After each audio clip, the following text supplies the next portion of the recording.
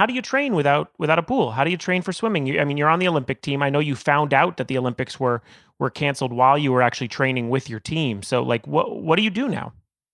Well, right now, because Cal is closed, we're actually going to a neighboring county. Hmm.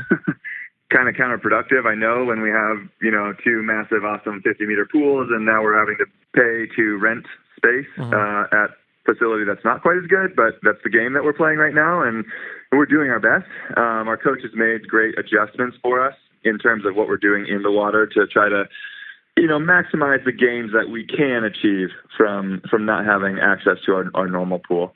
And then on the other side of that, I also like right when we went into shelter in place, I went online and ordered some weights so I could have a little home gym set up because I figured that this was going to last a little longer than most people anticipated, Yeah. which I'm very thankful for now because it seems that home gym setups are completely sold out across the nation. Oh yeah.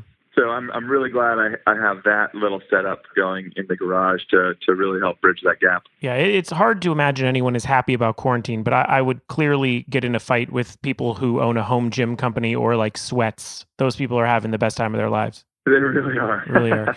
Well, let's talk about some serious things. You did what many people did during this time in history. You adopted a dog. Yes, I did. Okay, to be honest, how much does this help? Because I have a dog, and boy, did I turn to him many times during this.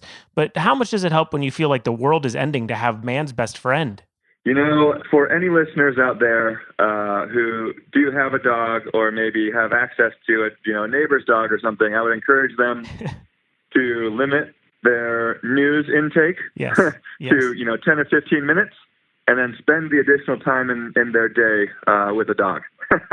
I really genuinely believe that would make the world a happier place. It truly does. Yeah, exactly. I mean, it really does. It really just is helpful to kind of lift your spirits. I mean, even walking in the house after a tough practice and having a dog greet you and just kind of, wag her tail and try her best to not jump because, we're trying to train her not to jump on me. Sure. But it really is the best feeling getting home and having a happy face greeting you.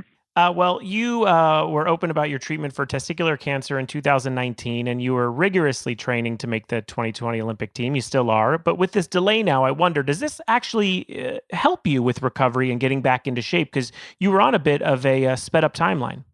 Absolutely, 100%. It took me a little bit to realize and appreciate that fact, just as it would. So I have definitely been able to gain more strength back. And because, as you mentioned, I was on a little bit of an accelerated timeline. I've kind of been able to step back, work through some fundamentals, especially in the weight room, also in the pool to kind of patch over some spots that we had maybe rushed through in our initial return. So I feel great about where we're at right now, Yeah. and where we're going.